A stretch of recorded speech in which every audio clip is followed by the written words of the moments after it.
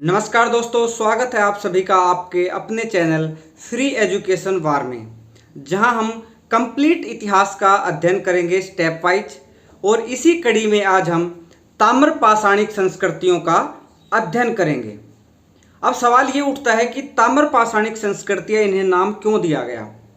जैसा कि नाम से ही स्पष्ट होता है, ताम्र ताम्र मतलब तांबा और पाषाणिक मतलब पत्थर।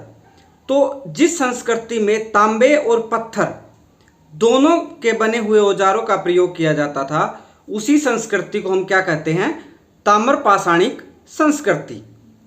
इसी कड़ी में हम ताम्र पाषाणिक कुछ संस्कृतियों का अध्ययन करेंगे। सबसे पहले आता है गणेश्वर जोधपुरा संस्कृति, जिसका काल पीरियड क्या था, 2800 ईस्वी पूर्व से लेकर 2000 ईस्वी पूर्व तक के बीच का। अगर इसके खोजकर्ता की बात करें तो रतन चंद्र अग्रवाल ने इसकी खोज की थी और यह उत्तर पूर्वी राजस्थान की संस्कृति है। अगर गणेश्वर स्थल की बात करें तो यह सीकर जिले में आता है, जो कि राजस्थान में पड़ता है और कांतली नदी के तट पर यह स्थित है। प्राक हड़प्पा स्थल तांबे की आपूर्ति करता थे और हड़प्पा सभ्यता के लोगों से इनका संपर्क था। इसका क्या अर्थ हुआ कि जो गणेश्वर जोधपुरा जो संस्कृति थी, यह प्राक हड़प्पा संस्कृति थी। प्राक हड़प्पा मतलब हड़प्पा सभ्यता से पहले की संस्कृति थी और यहाँ के लोग हड़प्पा सभ्यता के लोगों से संपर्क में थे। यहाँ से हड़प्पा सभ्यता के लोगों को तांबे का निर्यात किया जाता था, यानी कि हड़प्पा सभ्यता के लोग यहाँ से तांबा खरीदते थे या लेते थे। अब इसके बाद जोधपुरा जोधपुरा बहुत इंपॉर्टेंट हो जाता है। क्यों हो जाता है? क्योंकि इस संस्कृति के सबसे पहले अवशेष हमें जोधपुरा से ही मिले थे और इसी कारण इस गणेश जोधपुरा संस्कृति में जोधपुरा का नाम आता है। इसे जोधपुरा संस्कृति भी कहते हैं, जो कि साहिबी नदी के तट पर स्थित है। ताम्रयुगीन सभ्यता की जननी जो गणेश्वर जोधपुरा संस्कृति है, इसको ताम्रयुगीन सभ्यता की जननी भी कहा जाता है। इसके बाद इस संस्कृति को पुरातत्व का पुष्कर भी कहा जाता है। ये बहुत महत्वपूर्ण क्वेश्चन है और इसे ताम्र संचयी संस्कृति भी कहा जाता है। इन पॉइंटों को याद कर लीजिएगा, बहुत महत्वपूर्ण है। अब हम चलते हैं अगली संस्कृति की ओर। अगली संस्कृति कौन सी है? आहड़ संस्कृति। अब जो आहड़ स्थल है, यह आयड़ या बेड़च नदी के तट पर स्थित है और ये कहाँ पर है? उदयपुर राजस्थान में। शिलालेखों पर अगर इसके प्राचीनतम नाम की बात करें, किसके? आहड़। आहड़ का जो प्राचीनतम नाम था वो ताम्रवती या ताम्रवर्ती। इसके अलावा इसको आघाटपुर या धौलकुट धौलकुट इसको स्थानीय भाषा में कहा जाता है। यह जो संपूर्ण सभ्यता थी, यह मुख्यतः बनास नदी घाटी में स्थित है, इसलिए इसको बनास संस्कृति भी कहा जाता है। यहाँ से हमें टेराकोटा का बैल मिला है। अब टेराकोटा क्या होता है? टेराकोटा क्या होता है? जो पक्की मिट्टी की बनी हुई आकृतियां या जो मूर्ति होती हैं, उन्हें टेराकोटा की मूर्ति कहा जाता है। अब जो ये बैल मिला था, इसको बनासियन बुल कहा जाता है। अब बनासियन बुल क्यों कहा जाता है? क्योंकि इस संस्कृति को बनास संस्कृति कहा जाता है, क्योंकि यह बनास नदी घाटी पर थी। इसीलिए जो टेराकोटा का बैल मिला, इसे बनासियन बुल का नाम दिया गया। अगर इस संस्कृति के अंदर मकानों की बात करें तो ये गीली मिट्टी, गारा और पत्थर से मिलकर बने होते थे। यहाँ की मुख्य खाद्यान्न फसलें चावल और बाजरा थी। मकान के निर्माण में हमें पक्की ईंटों के साक्ष्य मिले हैं। अभी जो हमने बात की, मकान जो है यहाँ पर, उनमें पक्की ईंटों के साक्ष्य मिले हैं। लेकिन यहाँ पर ध्यान देने की बात क्या है, जो पक्की ईंटों के साक्ष्य मिले हैं वो गिलूंड नामक स्थान पर मिले हैं, जो इस सभ्यता का एक महत्वपूर्ण स्थान है। वो अपवाद है। वैसे आमतौर पर इस सभ्यता के अंदर पक्की ईंटों के मकान हमें नहीं मिलते हैं। इसके अलावा लाल, भूरे व काले मृदभांड थे। इन पर रेखीय व सफ़ेद बूंदों वाले डिजाइन बने हुए थे। स्थानीय भाषा में गोरे या कोठ इन्हें कहा जाता था।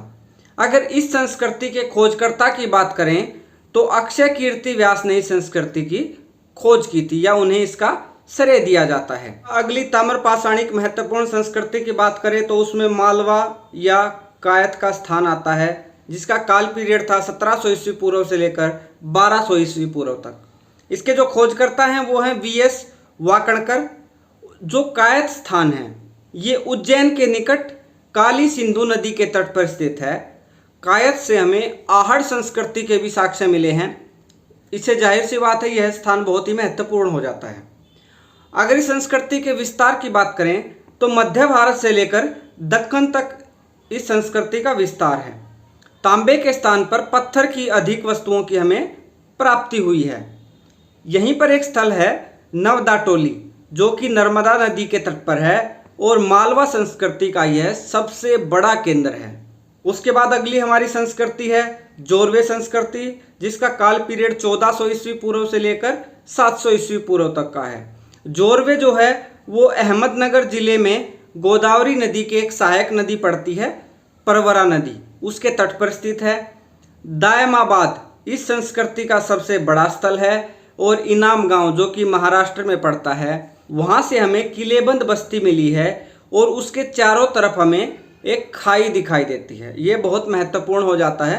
अगर ताम्रपाषाणी संस्कृतियों की विशेषताओं की बात करते हैं तो यहाँ से हमें चाक पर निर्मित काले और लाल मृदभांड मिलते हैं, जबकि हड़प्पा सभ्यता में गेरुए मृदभांड अधिक प्रचलित थे। पक्की ईंटों का यहाँ पर प्रयोग नहीं किया गया है, लेकिन गिलुंड अपवाद है। गिलुंड कहाँ पड़ता है? ये आहड़ संस्कृति का ही हिस्सा है। जो हमने पढ़ा था कि पक्की ईंटों के साक्ष्य मिले हैं, लेकिन वो सिर्फ इसी क्षेत्र में मिले हैं। बाकी पूरी संस्कृति में पक्की ईंटों के मकान हमें नहीं मिलते हैं। यहाँ पर चित्रित मृद भांडों का सर्वप्रथम प्रयोग होना स्टार्ट हुआ था ताम्रपाषाणिक संस्कृतियों में। अधिकांश संस्कृतियाँ हड़प्पा सभ्यता के बाद की हैं, लेकिन उनकी उन्नत तकनीकों का प्रयोग करके ये उसका लाभ नहीं उठा पाए।